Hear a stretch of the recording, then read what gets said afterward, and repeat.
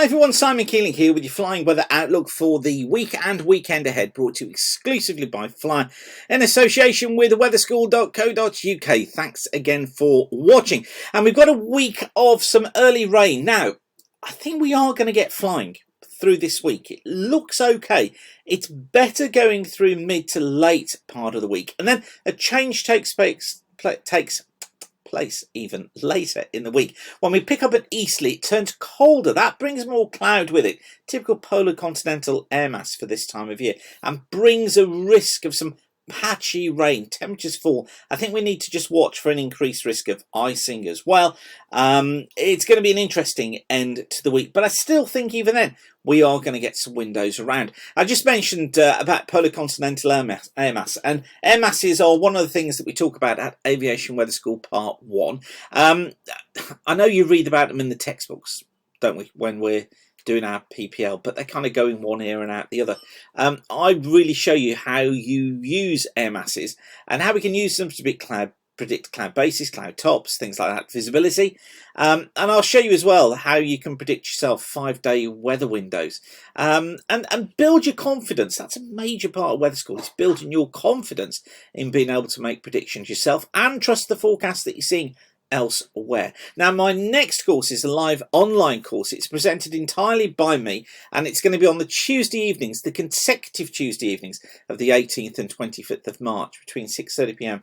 and 9 p.m. I'm hoping that's just perfect to get you set up for springtime flying. You can book your place now at weatherschool.co.uk. That's what you'll see on the page. And if you want to know more information, go to Aviation, click on Aviation Weather School Part 1 live online course, and everything you need to know is down there. You just book your place by clicking the link here on the right hand side. It'll be absolutely super to see you there, so you can crack on with that now, or even scan the QR code to take you directly to the booking link. Okay, this is how things shape up then for flying this week. I'm going to come back to today's chart.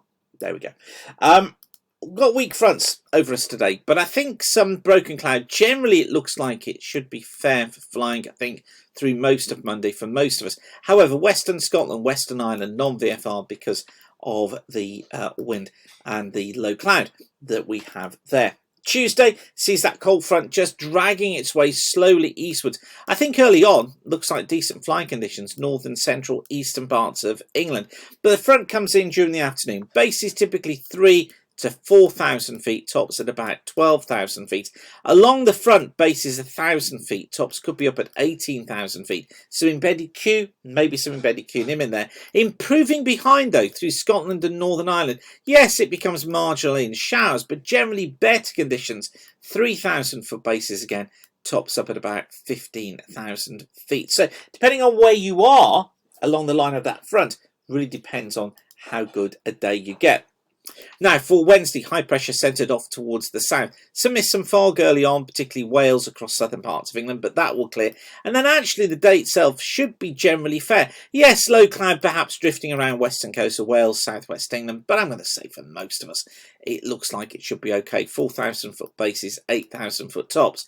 Hefty showers getting into northern and northwestern parts of Scotland, making marginal conditions here at times. Could be some QNIM in there. Bases of 2,000 to 4,000 feet, tops about 15,000 to 18,000 feet, and breezier too across northern Scotland.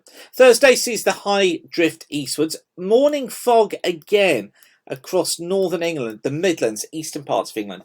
Now, this is going to be very hit and miss. Depends on how moist this air mass is, but I am hopeful that it will lift and clear and leave us with a generally fair day. It's a bit messy. It's one of those, again, we've got to check the forecast carefully.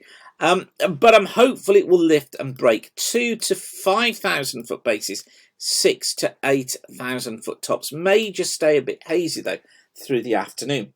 Now for Friday, starting to pick up more of an easterly on Friday. I think for most of us it looks like it will be a fair day. Could be some fog across northern England, but that again should lift and clear. Typical base is 2,000 to 4,000 feet, tops at about 8,000 feet. Could be more cloud than I'm suggesting there, particularly across eastern areas. It might go marginal. Visibility may start to decrease. Again, you've got to be across this one, but it does look like it's a possibility. Saturday, certainly more rain, cloud around on Saturday. Some outbreaks of rain, central and eastern areas. Quite murky, so I'm going to go with marginal conditions. I wouldn't be surprised if this doesn't change, but bases 1 to 2,000 feet, tops about 6,000 feet.